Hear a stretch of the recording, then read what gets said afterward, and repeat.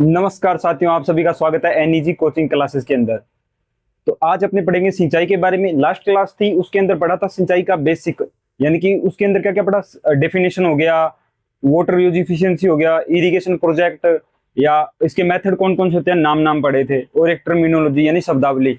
तो शब्दावली के अंदर क्या क्या पढ़ा था, crop period, base period, core depth या कोर इरिगेशन और पालियो इरिगेशन, तो उनके बारे में पढ़ा। आज पढ़ेंगे अपने इरिगेशन मेथड, यानी कि सिंचाई के अंदर कौन कौन सी विधियां वो काम में ली जाती है जिनसे सिंचाई है वो आसानी से की जा सके। कौन सी विधि सबसे अच्छी है, कौन सी विधि की हानियां क्या क्या है, लाभ क्या क्या है, सबसे अच्छी विधि कौन सी है, और ज्यादातर उपयोग के अंदर कौन सी विधि ली जा रही है।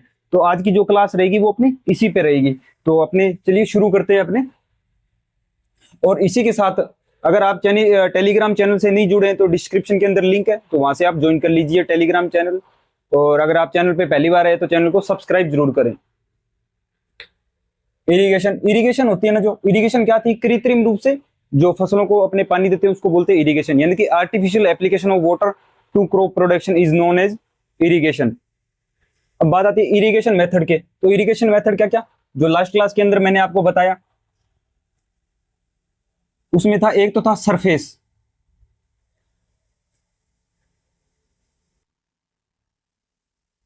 Surface irrigation method. आप यहां से समझ जाना, irrigation method, surface irrigation method, ठीक है। उसके बाद में सब सरफेस, सब सरफेस, ये मैं आपको हिंदी में भी बता दूंगा। सब सरफेस एक प्रेशराइज्ड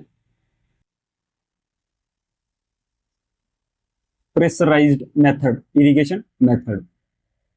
अब बात करते हैं सरफेस मेथड। सरफेस का मतलब क्या होता है, सतही सिंचाई विधि,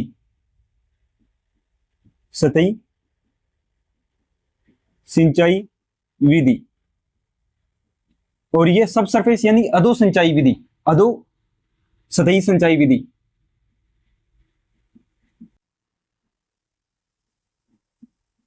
अधो सतही सतही सिंचाई विधि और प्रेशराइज यानी दबाव वाली विधियां, जिसके अंदर आ जाएगा बूंद बूंद और फुहारा सिस्टम।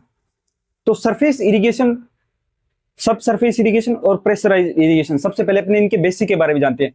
सरफेस इरिगेशन यानी कि अपने सतही से, सतह होती है ना जो भूमि की, वहां से अपने अगर सिंचाई करें, जैसे क्यारी विधि के अंदर अपने सतह के ऊपर पानी देते हैं, थाला विधि उसके अंदर सतह से पानी देते हैं, कंटूर मेथड हो गए, कंटूर बंड इरिगेशन मेथड होते हैं उनके अंदर अपने सतह से देते हैं, फरो हो गया, ठीक है। तो ये सब सरफेस के एग्जाम्पल है। उसके बाद में बात करते हैं सब सरफेस की, यानी कि भूमि के अंदर, यानी ये भूमि है, ठीक है, यहाँ पे क्रॉप है, तो जब अपने ऐसे पानी देंगे सतह के ऊपर तो उसको बोल देंगे सरफेस इरिगेशन, ठीक है।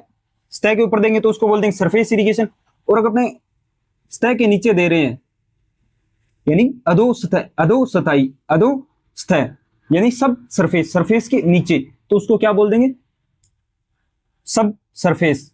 उसके बाद में प्रेशराइज्ड में अंदर क्या क्या आएगा, एक तो ड्रिप इरिगेशन, ड्रिप यानी बूंद बूंद, बूंद बूंद, और एक क्या आ जाएगा, फुवारा, फुवारा या स्प्रिंकलर, स्प्रिंकलर, ठीक है, बूंद बूंद या फुवारा सिस्टम। अपने देखते हैं सरफेस, सब सरफेस और प्रेशराइज्ड। तो आपको इनका बेसिक है वो आपको समझ में आ गया होगा, बेसिक क्या है, फंडामेंटल क्या है इन तीनों विधियों के अंदर।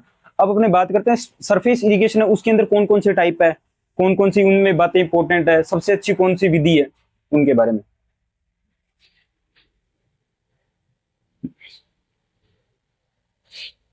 सरफेस जो इरिगेशन मेथड होता है ना, ये दो प्रकार से होता है। एक तो इसके अंदर आएगा फ्लड, एक इसके अंदर क्या आएगा, फ्लड, फ्लड मेथड, ठीक है, फ्लड मेथड। और दूसरा है ना जो इसके अंदर आएगा, फ्रो, फ्रो मेथड। फ्लड और फ्रो मेथड ये दोनों सतही सिंचाई के अंदर आते हैं।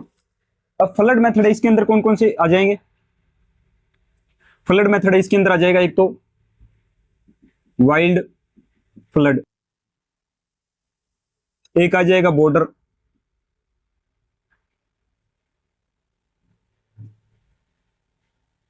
बॉर्डर इरिगेशन मेथड, उसके बाद में दे चेक बेसिन,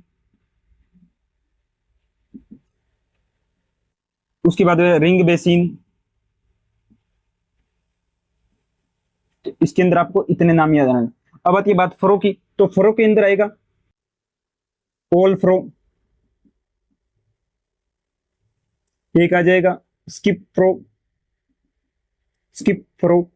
उसके बाद में आएगा अल्टरनेट, अल्टरनेट फ्रो। उसके बाद में आएगा सर्ज इरिगेशन फ्रो। तो ये टाइप है फ्लड और फ्रो, दो भागों में अपने सरफेस इरिगेशन उसको बांटा है। एक कौन सी है, फ्रो इरिगेशन। उसके बाद में एक तो हो गया फ्लड इरिगेशन और एक हो गया फ्रो इरिगेशन। अब बात करते हैं फ्लड इरिगेशन, यानी फ्लड, फ्लड का मतलब क्या होता है, बाढ़। जब अपने पास है ना पानी बहुत ज्यादा मात्रा के अंदर है, तब अपने ऐसी चिंता नहीं करनी कि भी अपने पास पानी कम है तो अपने किस हिसाब से दे, तो उसमें खुला पानी दिया जाता है फसलों को। तो जब इसी वजह से इसको फ्लड मेथड बोलते हैं। तो फ्लड के अंदर मेनली ये ना मेथड आएंगे। पहला पहला आ गया वाइल्ड फ्लड। वाइल्ड मतलब, वाइल्ड का मतलब क्या, जंगली। जंगली जो जानवर होते हैं उनकी कोई सीमा रेखा नहीं होती, वो कहीं पे भी रह सकते हैं, या उनका जो क्षेत्र होता है बहुत बड़ा होता है। तो इसी से आप समझ सकते हैं वाइल्ड फ्लड, यानी कि खुला खेत है, पूरा एकदम समतल खेत है, उसके अंदर अपने ने पानी छोड़ दिया है। और ये जो विधि है ना, ये काम में ली जाती है। तो चावल का खेत होता है वो एकदम समतल खेत होता है, उसके अंदर खुला पानी है, वो छोड़ दिया जाता है। तो ये वाइल्ड मेथड के अंदर आ जाएगा। वाइल्ड मेथड है ना, इसकी हानि ये है कि इसके अंदर 40 से 50% जो वाटर है वो लॉस हो जाता है। और वाइल्ड जो मेथड है ये धान के खेत के अंदर ज्यादा उपयोग में ले जाता है, हालांकि सबसे दोषपूर्ण विधि है। उसके बाद आता है border irrigation method. Border, border का मतलब जैसे क्यारियां बना दी है, काफी बड़ी बड़ी क्यारियां बनाई है, उनके अंदर पानी देना। बॉर्डर का मतलब एक बॉर्डर निर्धारित कर दी है। जैसे जो वाइल्ड था उसके अंदर क्या था, ये अपना खेत है, इसके अंदर खुला पानी छोड़ दिया, उसको बोल देंगे वाइल्ड फ्लड मेथड। उसके बाद में बॉर्डर में क्या है, ये अपना खेत था, इसके अंदर अपना ऐसे क्यारी बना दी, तो अब इन क्यारियों के अंदर पानी जाएगा, तो उसको बोल देंगे बॉर्डर इरिगेशन मेथड। अब अपने बात करते हैं एक एक की कि फ्लड मेथड है, इसके अंदर क्या क्या आएगा। फ्लड मेथड, ठीक है, फ्लड मेथड। इसके अंदर सबसे पहला था वाइल्ड। वाइल्ड क्या था, वाइल्ड, वाइल्ड के अंदर क्या था कि खुला खेत है, उसके अंदर पानी छोड़ दिया है, खुला पानी चलने देंगे। तो ये सबसे दोषपूर्ण विधि है, इसके अंदर पानी की हानि सबसे ज्यादा होती है। उसके बाद दूसरी विधि क्या थी, बॉर्डर, बॉर्डर इरिगेशन मेथड। इसमें क्या था कि जो खेत है उसको अपने ऐसे क्यारियों में या बॉर्डर के अंदर विभाजित कर दें, नैरो स्ट्रिप बनाई जाती है और उनमें पानी दिया जाता है, जिससे पानी की वेस्टेज भी कम होती है और जो पानी है वो समान मात्रा के अंदर खेत में डिस्ट्रीब्यूट हो जाता है। इसमें आपको एक ही बात ध्यान में रखनी है कि जो क्यारी है ना या बॉर्डर है, तो ये जो भूमि है इसकी है ना स्लोप, स्लोप यानी कि ढलान कितनी होनी चाहिए, 0.02, 0.02 से 2%। कम से कम 0.02 होनी चाहिए और ज्यादा से ज्यादा 2% होनी चाहिए। 0.02 से अगर कम होगी तो पानी है वो एक जगह पे खड़ा रहेगा, आगे नहीं जाएगा। और अगर 2 से ज्यादा हुई तो ज्यादा स्पीड में पानी जाएगा, तो जिससे सोइल इरोजन होगा। तो आपको इसमें इतनी बात ध्यान में रखनी है, बॉर्डर इरिगेशन मेथड। अब बात करते हैं चेक बेसिन। तो सबसे पहले आपको जानना है कि बेसिन है ना, ये क्या है। बेसिन है ना, बेसिन उसका मतलब होता है एक कलेक्टिंग, वाटर कलेक्टिंग यूनिट है, यानी जिसके अंदर पानी इकट्ठा होता है, उसको बोलते हैं बेसिन। अब बात आती है चेक बेसिन की। तो चेक बेसिन कैसे होता है, ये 1 नंबर हो गया, ये 2 नंबर हो गया। अब बात करते हैं चेक बेसिन की। चेक बेसिन, बेसिन मैंने आपको क्या बताया, एक वाटर कलेक्टिंग यूनिट है जिसमें पानी एकत्रित होता है, उसको बोलते हैं बेसिन। अब चेक बेसिन में क्या है कि ये जो अपना खेत है, ठीक है, इस खेत को अपने ऐसे छोटे छोटे चेक के अंदर बांट देंगे खेत को, ठीक है। जैसे चेक वाली जो शर्ट होती है ना, वहीं से ये नाम लिया गया है चेक बेसिन, वहां से आप समझ सकते हो। अब यहां पे एक चैनल बना देंगे पानी वाला, एक चैनल यहां पे बन जाएगा पानी वाला, और यहाँ से इसमें पानी आ जाएगा, इसमें आ जाएगा, इसमें इसमें इसमें इसमें इसमें और इसमें, ठीक है। और यही सेम यहाँ पे कर देंगे। तो ये चेक बेसिन है, ठीक है, चेक बेसिन। इसके अंदर सबसे ज्यादा इसमें ना सबसे बड़ी हानि यही है कि ये जो चेक बेसिन है ना, इसमें जब अपने ये ऐसे खेत को डिवाइड करते हैं ना, तो बहुत ज्यादा अपनी भूमि होती है ना, वो इन क्यारियां बनाने में ही चली जाती है। तो वेस्टेज ऑफ लैंड है ना, वो ज्यादा होता है इस वजह इसमें चेक बेसिन के अंदर। और जो चेक बेसिन है ना, वीट की जो क्रॉप होती है ना, उनके अंदर सबसे ज्यादा काम मिली जाती है। किस क्रॉप में? वीट की क्रॉप, यानी गेहूं के अंदर सबसे ज्यादा काम मिली जाती है। चेक बेसिन को बोल सकते हैं अपने क्यारी विधि, ठीक है। तो क्यारी विधि आपको समझ में आ गया। उसके बाद अपने बात करते हैं रिंग बेसिन। ये सबसे इंपॉर्टेंट है, रिंग बेसिन। क्या नाम है? Ring basin. Ring basin. Ring basin से आप क्या समझते हो? छल्ला, थाला विधि। ये ज्यादातर किस में उपयोग में ली जाती है? Fruit crop, fruit crop.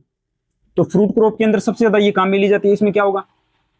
इसमें ऐसे छल्ले बना देंगे,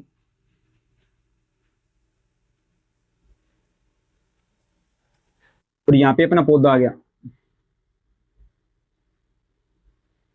और ये मान लो मेन जो पानी वाली लाइन है या मेन चैनल है वाटर का, वो है इरिगेशन चैनल। अब यहां से पानी आएगा इसमें, और यहाँ पे जो पौधा है ना, तो ये जो पौधा है ना, बस इसमें एक बात ध्यान रखनी है कि जो ये स्टेम पौधा आ गया, इसके नीचे जो स्टेम है ना, इसके चारों तरफ थोड़ी थोड़ी मिट्टी है ना, अपने को सटा के लगानी है, जिससे स्टेम रोट ना हो या जो तना है उसमें सड़न ना हो।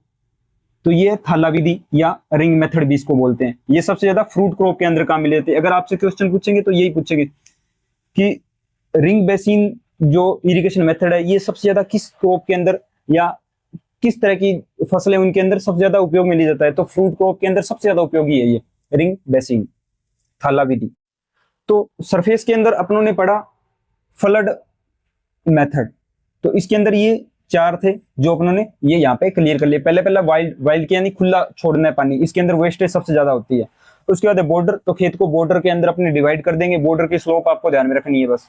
उसके बाद चेक बेसिन, तो चेक की तरह अपने खेत को ना डिवाइड कर देंगे। इसमें सबसे ज्यादा हानि ये होती है कि जब अपने क्यारियां बनाते हैं तो उसमें जमीन का हिस्सा काफी चला जाता है, और ये गेहूं के खेत के अंदर ज्यादातर उपयोग में ली जाती है। उसके बाद रिंग बेसिन, तो रिंग बेसिन इस हिसाब से रिंग बनाए जाते हैं। इसकी जो आकृति होती है ना रिंग की, ये आप ध्यान में रख सकते हो,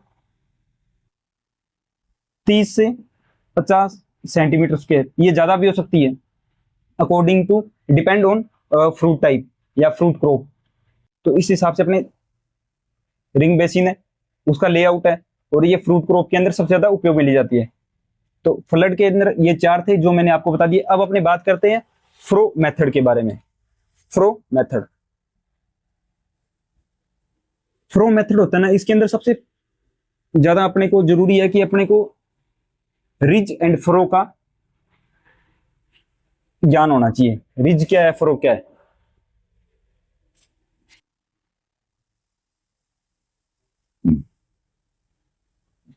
अपने पढ़ रहे हैं अब फ्रो मेथड, फ्रो मेथड्स। तो इस हिसाब से अपने खेत है ना, उसको उसके अंदर ऐसी आकृति बनाएंगे। ये जो नीचे वाला स्थान है इसको बोलेंगे फ्रो। ये जो ऊपरी जो भाग दिख रहा है इसको बोलेंगे रिज। तो ये आ गई फ्रो और ये आ गया रिज। फ्रो मेथड है ना जो, उसके अंदर ऐसी आकृति बनाई जाएगी खेत के अंदर, ठीक है। और जो ट्यूबर क्रॉप होती है, जैसे आलू हो गया, ठीक है, तो उसको अपने रिज पे लगा देंगे, और ये जो फरो है इसके अंदर पानी छोड़ देंगे, ठीक है, इसके अंदर पानी छोड़ देंगे। तो यहां से ये जो रिज है इसमें मॉइस्चर चला जाएगा, और ये जो ट्यूबर क्रॉप है या पोटैटो है इसको इरिगेशन मिल जाएगी या सिंचाई इसके अंदर हो जाएगी। जो फरो है, ये जो डीप वाला स्थान है उसको बोलेंगे फरो, और जो ऊपरी स्थान है उसको बोलेंगे अपने रिज। सबसे ज्यादा किसमें काम मिली जाती है? पोटैटो के अंदर। और अगर अपने बात करें शुगर केन की, तो शुगर केन के अंदर भी ये काम मिली जाती है, मक्का के अंदर भी काम मिली जाती है। शुगर केन है उसके अंदर कैसे काम मिली जाती है? शुगर केन होता है वो अपने रिज पे नहीं लगाएंगे। शुगर केन के, अगर अपने शुगर केन के संदर्भ में बात करें तो शुगर केन को अपने फ्रो के अंदर लगाएंगे, यानी डीप डीप जगह पे अपने शुगर केन की सोविंग करेंगे और उसके बाद में उसमें पानी देंगे। तो ये रिज एंड फ्रो मेथड है। अब बात आती है ओल फ्रो, यानी कि जैसे ये फ्रो आ गई, 1 नंबर 2 3 4 5 और 6। ओल फ्रो के अंदर क्या चीज आएगी? ओल फ्रो है ना, इसमें अपने सब में पानी देंगे, सब में पानी देंगे। स्किप फ्रो के अंदर क्या होगा कि अपने एक को, स्किप फ्रो के अंदर क्या होगा कि अपने कुछ को तो छोड़ देंगे और कुछ में पानी दे देंगे, तो वो हो गया स्किप फ्रो। उसके बाद अल्टरनेट फ्रो, यानी कि एक में तो पानी देंगे, दो में नहीं देंगे, उसके बाद 3 में देंगे, फिर 5 में देंगे और फिर 7 में देंगे, इस हिसाब से पानी देंगे, तो उसको बोलते हैं अल्टरनेट फ्रो। उसके बाद है सर्ज फ्रो, ये सबसे इंपॉर्टेंट है। सर्ज फ्रो है ना, इसके अंदर आपको एक ही बात ध्यान रखनी है, सर्ज फ्रो यानी कि on off method of irrigation किसको बोलते हैं? तो सर्ज फ्रो को बोलते हैं। ऑन ऑफ इरिगेशन मेथड किसको बोलते हैं? सर्ज फ्रो को। और ये सबसे सबसे इंपॉर्टेंट विधि है, इसकी इफिशियंसी सबसे ज्यादा होती है, इफिशियंसी होती है ना जो इसकी होती है, कौन सा मेथड? सर्ज, सर्ज सिंचाई विधि।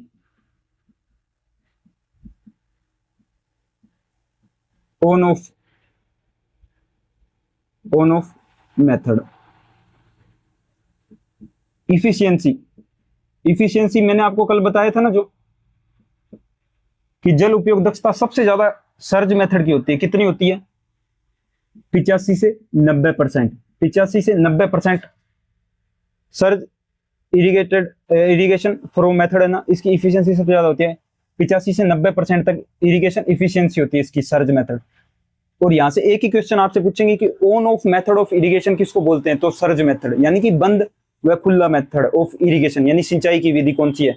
तो ये जो मेथड होता है ना, इसके अंदर ऑन ऑफ वॉल लगी होगी। जैसे ये अपने यहाँ पे सर्ज मेथड काम में ले रहे हैं, ठीक है, तो ये अपना मेन चैनल हो गया पानी वाला, और यहाँ से अपने एक पाइप होगी, ठीक है, उसके ऊपर एक वॉल लगी होगी जिसको अपने ऑन भी कर सकते हैं, ऑफ भी कर सकते हैं, तो इस वजह से इसको ऑन ऑफ मेथड बोलते हैं और इसकी इफिशियंसी ज्यादा हो जाती है, इसमें वाटर वेस्टेज नहीं होता। और एक आपको ध्यान रखनी, जो फ्रो मेथड था ना, इसके अंदर सैंडी सॉइल है ना, उसको काम में नहीं लेते, या जहाँ पे सैंडी सॉइल है वहां पे फ्रो मेथड है उसको काम में नहीं लेंगे, क्योंकि सैंडी सॉइल होता है उसके अंदर इनफिल्ट्रेशन की जो कैपेसिटी तो वो ज्यादा होती है, और वर्टिकल जो मूवमेंट होता है वाटर का वो नहीं हो पाता, यानी कि पानी है वो अंदर तो चला जाएगा पर सेपरेट नहीं होगा इधर उधर।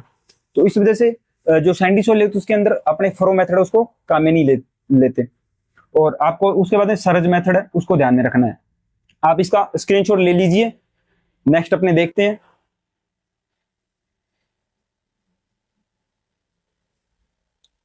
अब बात आती है सब सरफेस मेथड की। अब बात आती है सब सरफेस मेथड की।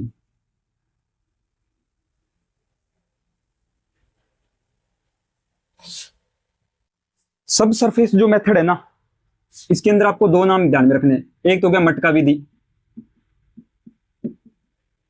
मटका विधि। दूसरा है टाइफून,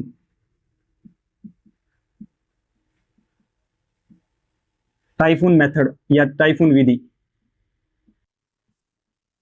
जो मटका विधि है ना, ये किसने विकसित करी है? काजरी।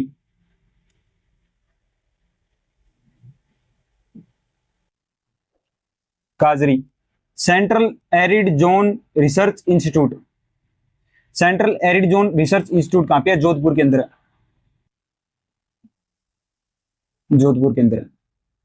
तो ये जो मटका विधि है ये सब सरफेस, यानी कि भूमि के अधो, भूमि के नीचे से अपने जब सिंचाई देंगे उसको बोलेंगे सब सरफेस मेथड। इसके अंदर क्या है? पहली विधि मटका विधि, और ये काजरी ने विकसित की थी। काजरी क्या है? Central arid zone research institute, यानी ये सूखे से संबंधित खोज करता है कि जो सूखा क्षेत्र है वहां पे अपने सिंचाई कैसे करेंगे, सूखे क्षेत्र के अंदर कौन कौन सी नई किस्में निकाले जिससे ज्यादा प्रोडक्शन हो सके, या कौन कौन सी तकनीक निकाले ताकि कम पानी के अंदर भी ज्यादा प्रोडक्शन हो सके। तो काजरी इस पे काम करता है, तो इन्होंने ये मटका विधि है वो निकाली या इसका आविष्कार किया। इसमें क्या होगा? ये प्लांट है,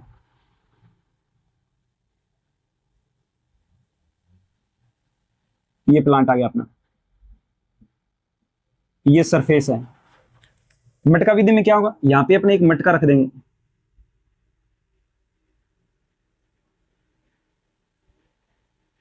इसमें पानी आ जाएगा,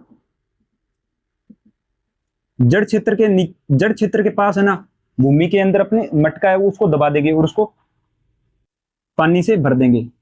और इसके जो पोर होते हैं, मटके के अंदर जो पोर होते हैं, वहां से पानी रिस के जो जड़ क्षेत्र है उसको मिलता रहेगा और ये सब सरफेस के अंदर आएगा। क्या है? मटका विधि काजरी ने विकसित की। और इसके अंदर ये डायग्राम आपको ध्यान में रखना है, बस इसी से आपका काम है वो चल जाएगा। बस इसके अंदर आपको एक ही ध्यान में रखना है कि काजरी ने विकसित की और एक ये डायग्राम। अब बात आती है टाइफून विधि की।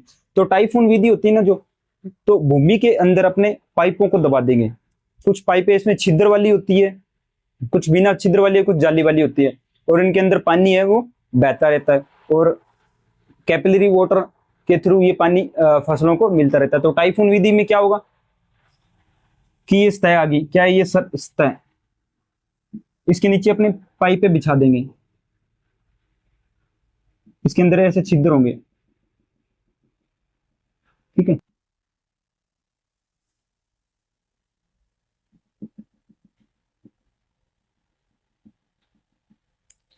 तो यहां से ये यहाँ पे क्रॉप है,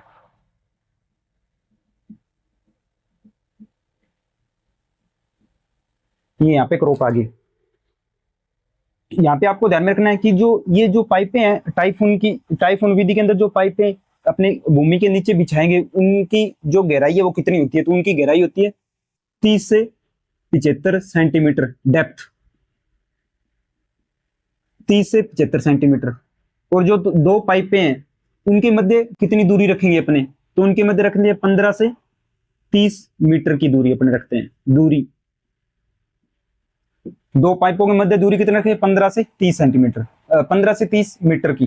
तो टाइफून के अंदर आपको दो ही चीजें ध्यान में रखनी है, एक तो 30 से 75 सेंटीमीटर डेप्थ तक और एक 15 से 30 मीटर दूरी पर लगाएंगे, यानी कि दो जो पाइपें हैं उनके बीच में दूरी कितनी होगी, तो 15 से 30। तो सब सरफेस के अंदर पहली विधि कौन सी थी, मटका विधि, उसके बाद में टाइफून मेथड। अब ये जो टाइफून मेथड है ना, ये जो एशियन कंट्री है या विदेशों के अंदर काम में ली जाती है, अपने भारत के अंदर काम में नहीं ली जाती। क्यों नहीं दी जाती, क्योंकि ये इनकी जो कॉस्ट है वो ज्यादा है और इनकी जो मेंटेनेंस है वो भी ज्यादा है, और इनको यूज करना है तो अपने को टेक्निकल नॉलेज होना चाहिए। तो इस वजह से भारत के अंदर ये काम में नहीं ली जाती। भारत के अंदर ज्यादातर सरफेस इरिगेशन जो मेथड है वो काम में ली जाते हैं, या फिर जो प्रेशराइज्ड मेथड है, यानी कि दबाव वाली जो विधि है, जैसे बूंद बूंद सिंचाई विधि और फुहारा सिंचाई विधि है, ये काम में ली जाती है। तो आज की जो क्लास है वो अपनी यहीं तक रहेगी। इस क्लास में अपनों ने पढ़ा एक तो सरफेस मेथड और एक सब सरफेस मेथड के बारे में, और जो नेक्स्ट क्लास रहेगी उसके अंदर अपने पढ़ेंगे दबाव से रिलेटेड जो विधियां, यानी कि बूंद बूंद सिंचाई विधि और स्प्रिंकलर मेथड, यानी फुहारे के थ्रू कैसे सिंचाई होगी और बूंद बूंद के अंदर कैसे सिंचाई होगी, इनमें क्या क्या चीजें हैं वो एग्जाम के पॉइंट ऑफ व्यू से ज्यादा इंपॉर्टेंट है, वो सब अपने नेक्स्ट क्लास के अंदर देखेंगे। और आपको क्लास कैसी लगी कमेंट सेक्शन के अंदर जरूर बताना है, और टेलीग्राम को आप ज्वाइन जरूर कर लें, जिसका जो लिंक है वो डिस्क्रिप्शन के अंदर आपको मिल जाएगा। और अगर आप चैनल पे पहली बार आए हैं तो चैनल को सब्सक्राइब जरूर करें। मिलते हैं नेक्स्ट क्लास के अंदर, तब तक के लिए धन्यवाद।